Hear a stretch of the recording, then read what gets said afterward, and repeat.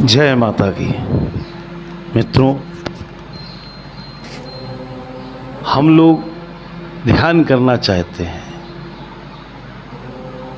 ध्यान में प्रवेश करने का कौन सा सबसे सरल तरीका है, उसे हम पाना चाहते हैं। लेकिन होता क्या है कि हम ध्यान से भटक जाते हैं, क्योंकि हम हमेशा इस बात को सोचते हैं कि हम ध्यान में घटेंगे, जबकि होता यह है ध्यान हम में घटता है। हम ध्यान को लाना चाहते हैं, जबकि ध्यान अपने आप ही हमारे अंदर प्रवेश करता है।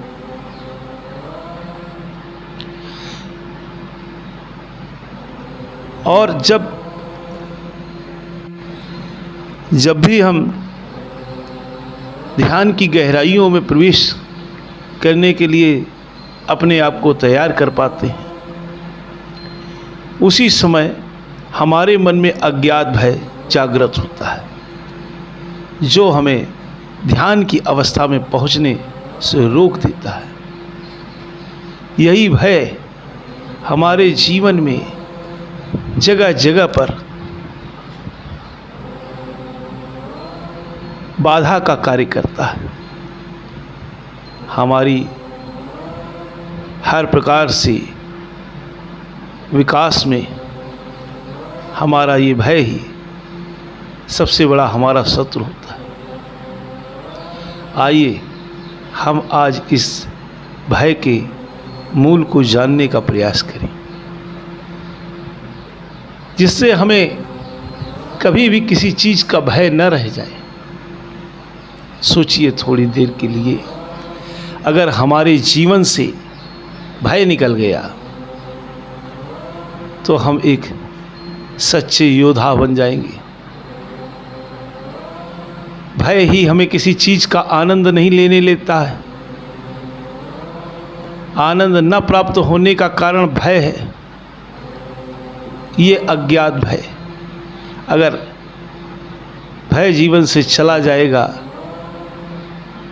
तो आनंद ही आनंद प्राप्त होगा। जब हमें भय नहीं होगा तो हमें आगे बढ़ने से कोई रोक नहीं पाएगा, और हम अपने जीवन में आगे बढ़ सकेंगे, चाहे वो ध्यान की अवस्था हो या जीवन का अन्य कोई पथ। ऐसे समझिए जैसे कोई विद्यार्थी जब एग्ज़ाम देता है तो उसे ये डर होता है कि वो पास होगा या फेल, वो टॉपर आएगा कि नहीं आएगा। कोई भी नौकरी करने के लिए जब जाता है, इंटरव्यू देने की बारी आती है, तो इंटरव्यू देने से पहले उसे कितना भय सताता है। ऐसा तो नहीं कि वो इंटरव्यू में फेल हो जाए तो उसके हाथ से नौकरी चली जाए। इस प्रकार के जीवन में जगह जगह पर तमाम अज्ञात भय जुड़े रहते हैं। आदमी कभी अपनी संपत्ति को लेकर, कभी अपनी पत्नी को लेकर, कभी अपने संतान को लेकर के, कभी अपने भविष्य को लेकर, कभी अड़ोसियों पड़ोसियों से, कभी अपने शत्रुओं से लेकर सदैव भय में जीता रहता है। और भय में जीने वाले व्यक्ति का जीवन नरक बन जाता है। मित्रों, आज हम इस भय को मैं विश्वास दिलाता हूँ कि आपके जीवन से उखाड़ फेंकूंगा। आपके जीवन में भय लेस मात्र भी नहीं रह जाएगा। केवल आपको करना ये होगा कि आप इस वीडियो को अंत तक पूरे ध्यान से सुनें। बहुत से लोग संपत्ति, मकान, खरीदना चाहते हैं, बहुत से लोगों को अपने मकान खो जाने का भय रहता है, अपने कैरियर न बन पाने का भय रहता है, अपने प्रेम को न पाने का भय रहता है, अपने प्रेम का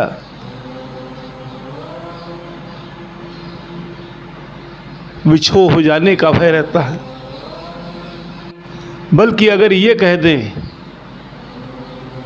जीवन का हर हिस्सा भय का पर्याय बन चुका है तो गलत ना होगा।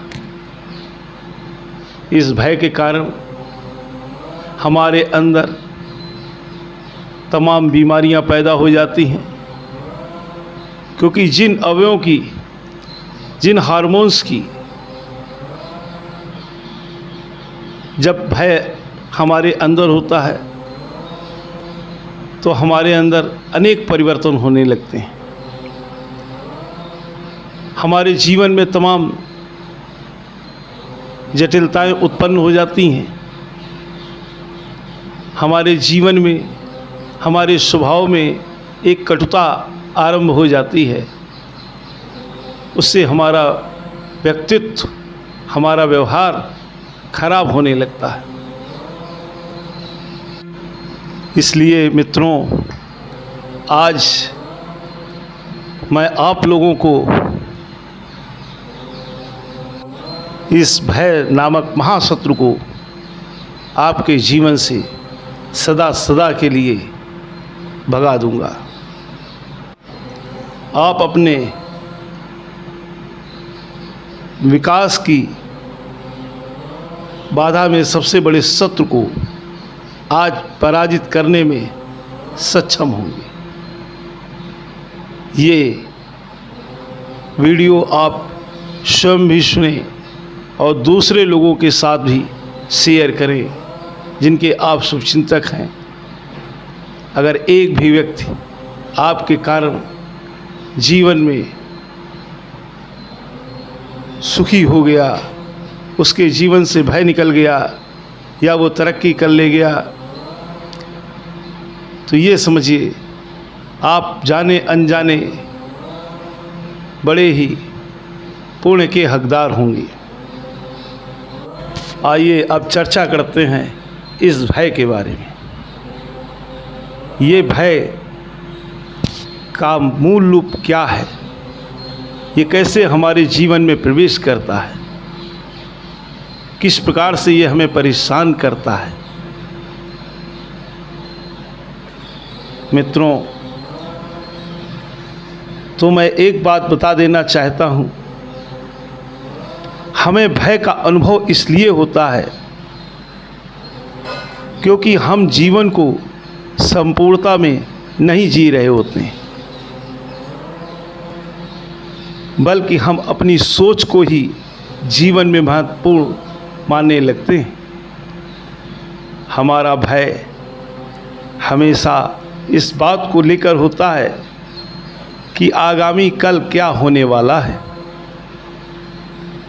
इसका मतलब यह है कि हमारा भय हमेशा निराधार होता है। अगर आपके भय का कोई आधार ही नहीं है तो इसका मतलब यह है कि आपका डर 100% काल्पनिक है।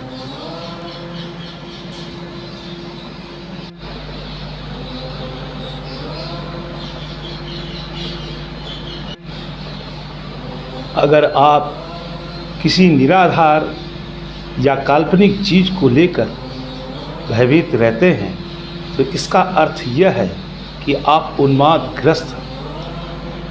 आमतौर पर लोग या तो जो घट गया है उसे लेकर चिंतित रहते हैं या फिर अपने भविष्य के प्रति डरे सहमे रहते हैं, जबकि इस डर का जीवन की वास्तविकताओं से कोई लेना देना नहीं होता। मनुष्य तभी डरता है जब वह जीवन की वास्तविकता से जुड़ा हुआ नहीं होता, जब वह सिर्फ अपने दिमाग पर निर्भर रहता है। जब वह सिर्फ अपने दिमाग पर निर्भर रहता है। हमारे मस्तिष्क का एक हिस्सा है स्मृति अर्थात याददाश्त, और दूसरा हिस्सा है कल्पना, इमेजिन करने की पावर होना। जो भी हम कल्पना करते हैं, इन दोनों हिस्सों को हमें कल्पना ही कहना चाहिए, क्योंकि मौजूदा स्थिति में इन दोनों का ही कोई अस्तित्व नहीं है। ऐसे में बेहतर यही है कि हम अपने मस्तिष्क से, अपनी कल्पना से बाहर निकलें और जीवन से संपूर्णता से जुड़ें। अगर हम कल्पना के बजाय वास्तविकता को महत्व देंगे तो शायद ही कभी भयभीत होंगे, लेकिन इंसान की आदत है, ये उसका स्वभाव है कि वह वास्तविकता के बजाय कल्पना को अधिक महत्व देता है। इसका मुख्य कारण यह है कि वह जीवन को कभी भी गहराई से नहीं समझना चाहता। जो लोग जीवन को उसकी पूर्णता में जीने की कला सीख लेते हैं, वे इस जीवन का भरपूर आनंद लेते हैं। अगर इस दृष्टि से देखें या सोचें तो हमारे भय का कारण हमारा अज्ञान ही है। यह भय ही है जिसके कारण हम अपने चारों ओर दीवार बनाने लगते हैं। हम जो अपने चारों ओर दीवार बनाने का काम शुरू करते हैं तो ये कार्य हमेशा चलता ही रहता है। अपने चारों ओर दीवार बनाते रहने का नुकसान यह है कि हम जीवन की पूर्णता और उसके आनंद से भी वंचित हो जाते हैं। हमें सोचना पड़ेगा कि इस दुनिया में हम क्यों आए हैं।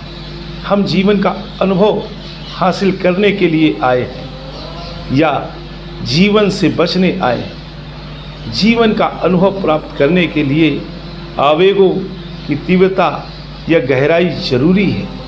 अगर हम भय से बचने के लिए खुद को सुरक्षित करने का काम करते रहेंगे तो आवेगों की तीव्रता कम रहेगी।